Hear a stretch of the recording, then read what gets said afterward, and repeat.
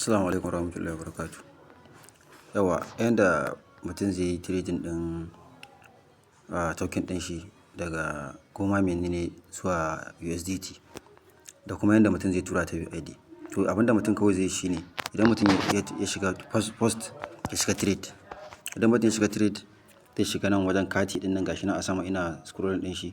Ka shiga sai ka zaɓa token ɗin da za ka yi abin ɗin da shi. In babu sai ka searching a nan, misali ka rubuta docs haka.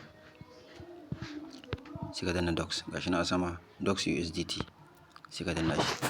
Idan ya zo kawai mutum zai danna sell, misali ka danna sell, sai ka nan ƙasan ka tabbata ya koma market, sai ka danna shi wajen limit ɗin nan ya zama market. Sai ka ja wannan abun complete idan duka za ka tura ki, in ba duka bane sai ka zaɓa abin da za ka tura. Kawai ka tashi complete sai ka danna sell. Kana danna sell kawai ya saidu. Abin da ya sa na ce nan wajen a maida shi market, saboda kar ya tafi a order. In ka sa shi a order zai zama in limit zai zama order ne, ba zai saidu ba. Amma yana market shine farashin da kasuwa zai saidu lokaci ɗaya. Shine idan kuma mutum zai tura ma mutum misali ta UID, mutum zai shigo cikin asset ɗin shi nan.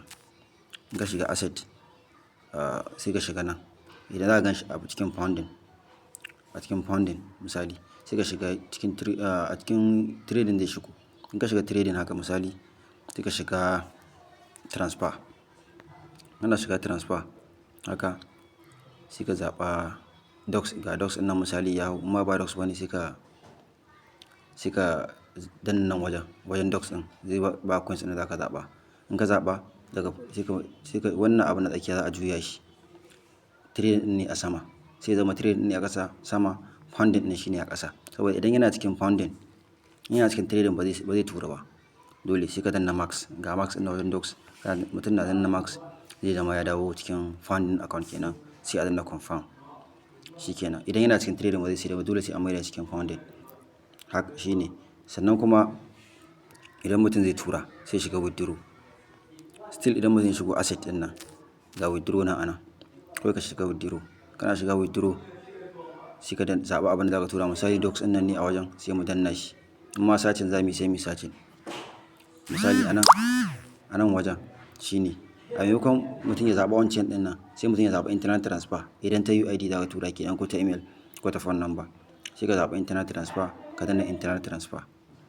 Daga internal transfer ta nan wajen ta network ne. Idan za ka tura ta address ɗin mutum ne, ya baka address sai ka zaɓa network a nan.